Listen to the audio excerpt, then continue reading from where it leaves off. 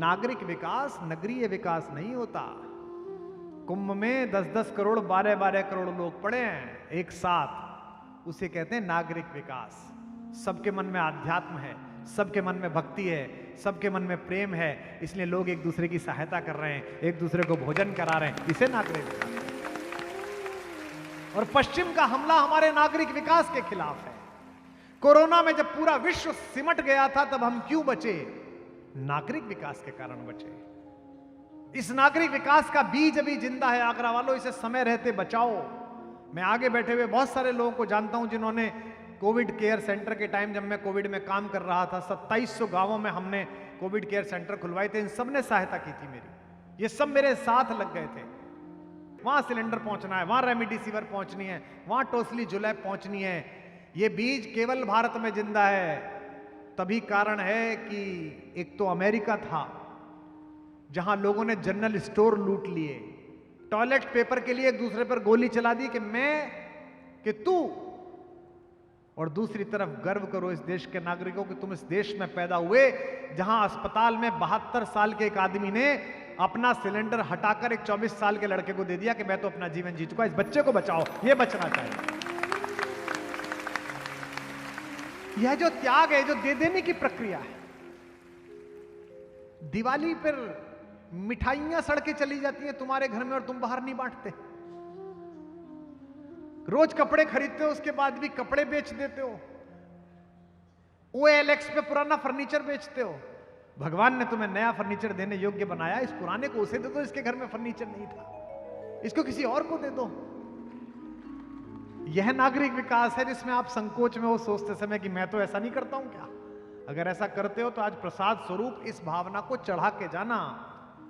गमों की आंच पर आंसू उबाल कर देखो, गिरेंगे रंग किसी पर तो डाल कर देखो, तुम्हारे दिल की चुभन भी जरूर कम होगी, किसी के पांव का कांटा निकाल कर देखो।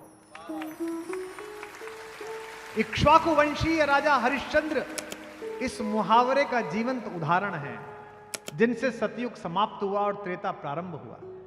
एक ऐसा राजा जिसने एक साधु के ये कहने पर कि पता नहीं तू दे पाएगा नहीं दे पाएगा, और पूरा राज्य दे दिया। उसके बाद पंडित ने कहा कि दक्षिणा भी दे, 11 स्वर्ण मुद्राएं। खजांची से कहा 11 स्वर्ण मुद्राएं ला दो। पंडित ने कहा कैसी मूर्खतापूर्ण बात करता है, जब राज्य मुझे दे चुका तो कोष भी मेरा हुआ, इसमें से कहां देता है, अपने पास से दे। अपने पास से कहां से देता? तो गया काशी, और काशी में खुद को बेचा राजा ने, और वहां से 11 स्वर्ण मुद्राएं लेकर उसको दी।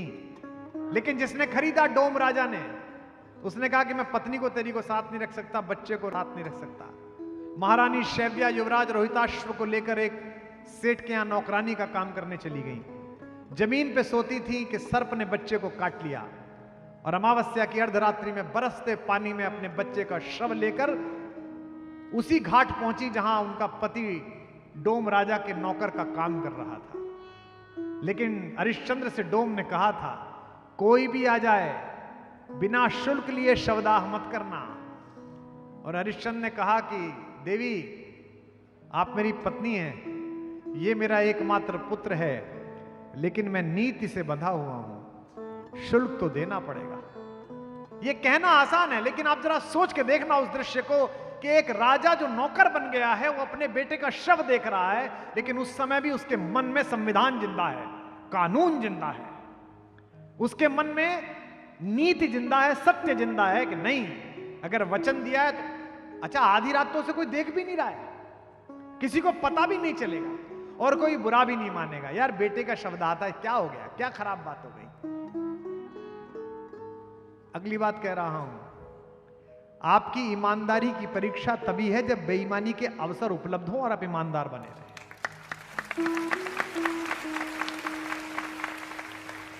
और ये मैं कह रहा हूं, अन्यथा जानता हूं कि कट्टर ईमानदार बने रहने वाले लोग भी जब अवसर उपलब्ध हुआ तो कट्टर बेईमान से दो है। और मैंने अपने सामने देखे परिवर्तित होते हुए, अपने सामने दृश्य परिवर्तन होते हुए देखा कि कैसे ऐसे कैसे कर सकते हैं, लेकिन हुआ। अवसर सामने और उसके बाद आदमी ना करे तो ईमानदार है।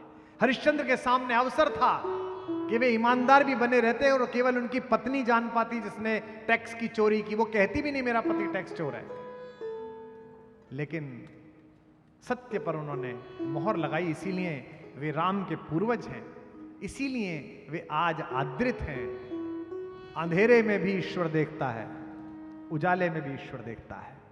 हमसे लोग कहते हैं, तब भी कहते थे, इतना सच क्यों बोलते हो?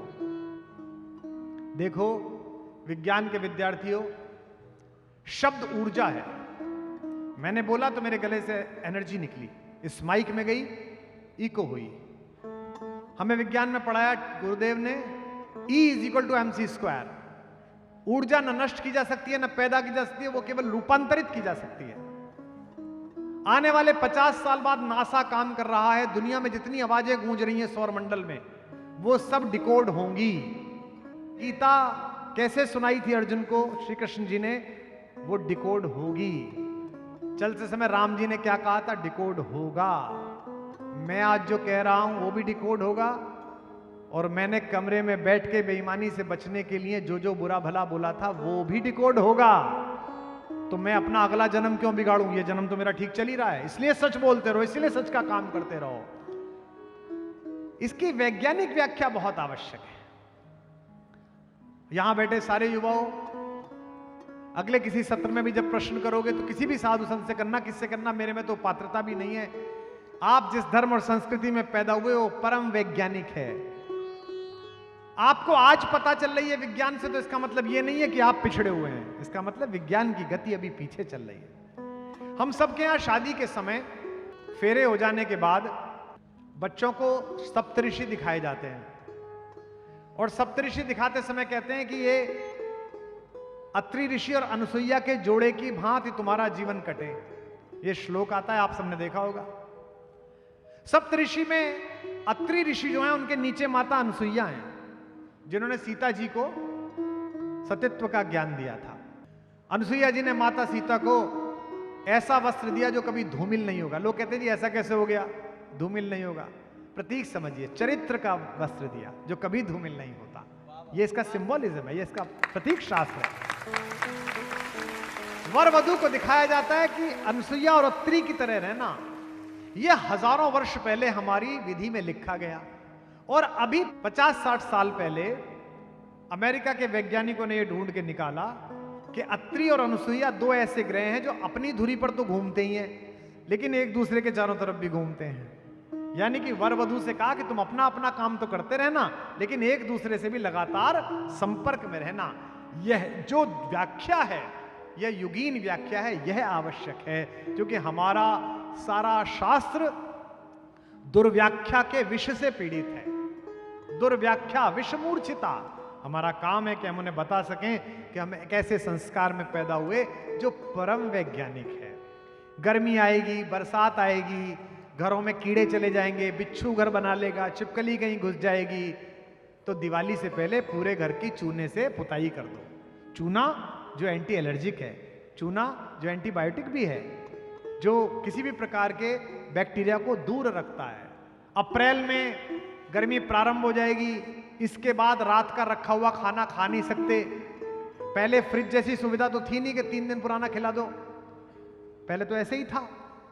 तो इसलिए बसोड़े का व्रत आया, रात का खाना बना के रख लो, सुबह को खा लो, अब इसके बाद नहीं खाना है। तो यह जो व्याख्या है यह बहुत आवश्यक है। हम इसकी व्याख्या करते हैं तो लोग नाराज हो जाते हैं। अभी मैंने कह दिया कि अपने बच्चों को गीता रामायण पढ़ाओ, अन्यथा, तो एक पार्टी की राष्ट्रीय प्रवक्ता नाराज हो गई। उन्होंने कहा कुमार विश्वास ने मानस ठीक से नहीं पढ़ी है, ऐसी बात नहीं बोलनी चाहिए। मानस में तो लिखा है सब नर करई परस्पर प्रीति, चलई स्वधर्म निरत श्रुति नीति। तो मैंने कहा कि आपने पढ़ी तो है लेकिन व्याख्या ठीक नहीं पढ़ी।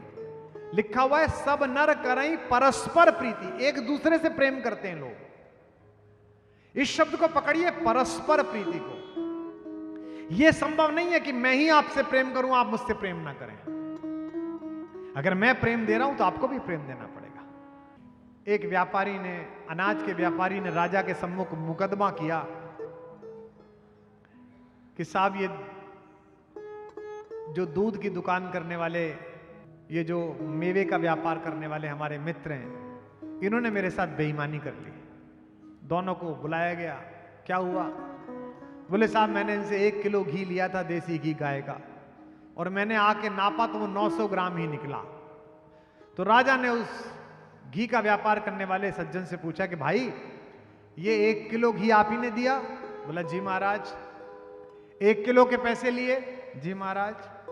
भाई ये तोल में तो 900 निकला है? बोले जी निकला होगा महाराज। बोले आप अजीब आदमी है, पैसे 1 किलो के ले लिए, 900 ग्राम निकला, फेर निकला होगा। बोले महाराज मेरे पास बाट नहीं है, मैंने सुबह इनसे 1 किलो जीरा खरीदा था, उसी से तोल के मैंने इन्हें 1 किलो घी दिया है।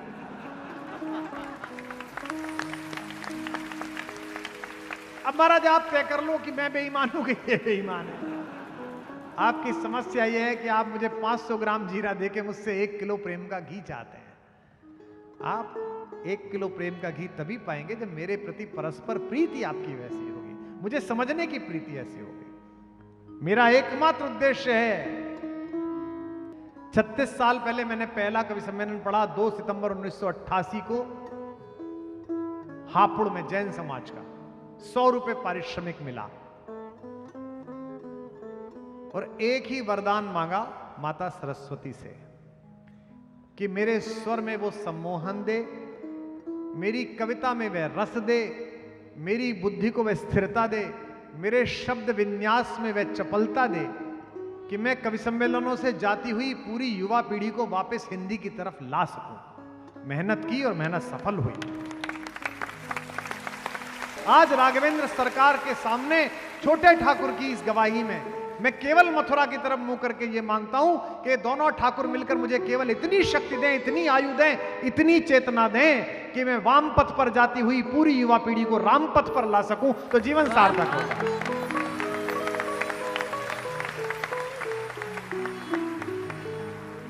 इसमें जो साथ आए उसका स्वागत है। जिस विश्वविद्यालय को बनाने के लिए दिन रात मेहनत कर रहे हैं, बनाएंगे, और ऐसा बनाएंगे जिसमें 24 साल का लड़का जब निकलेगा तो उसके जीवन में कभी डिस्प्रिन ना खाई होगी, उसने कभी बाजार का दूध ना पिया होगा, उसने कभी यूरिया का खाना ना खाया होगा, उसकी आत्मा भी ऑर्गेनिक होगी, उसका मन भी ऑर्गेनिक होगा, उसका भोजन भी ऑर्गेनिक होगा, उसका शरीर भी ऑर्गेनिक होगा। ये लगन भगवान के संकल्प के प्रति लगाए रखो, क्योंकि जाना तो सबको है, मौत से बचने की एक तरकीब है, दूसरों की सोच में जिंदा रहो।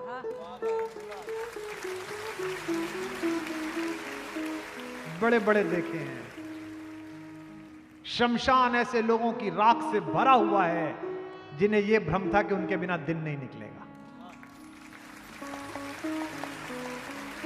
अंत में आपकी सुकीर्ति रह जाएगी, अंत में आपका कृत्य रह जाएगा, अंत में आपका काम रह जाएगा।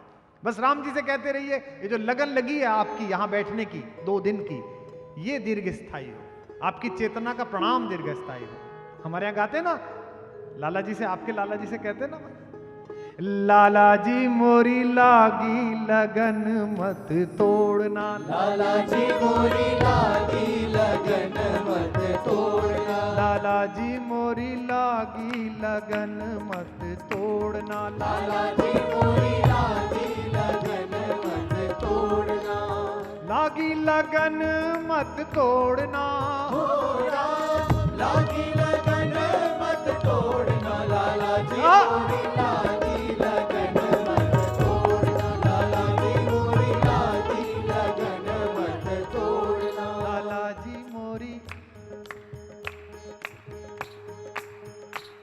लाला जी मोरी लागी लगन मत तोड़ना, लाला जी मोरी लागी लगन मत तोड़ना, लाला जी मोरी लागी लगन मत तोड़ना, लागी लगन मत तोड़ना, हो राम लागी लगन मत तोड़ना, लाला जी मोरी लागी लगन मत तोड़ना, लाला जी मोरी लागी लगन मत तोड़ना,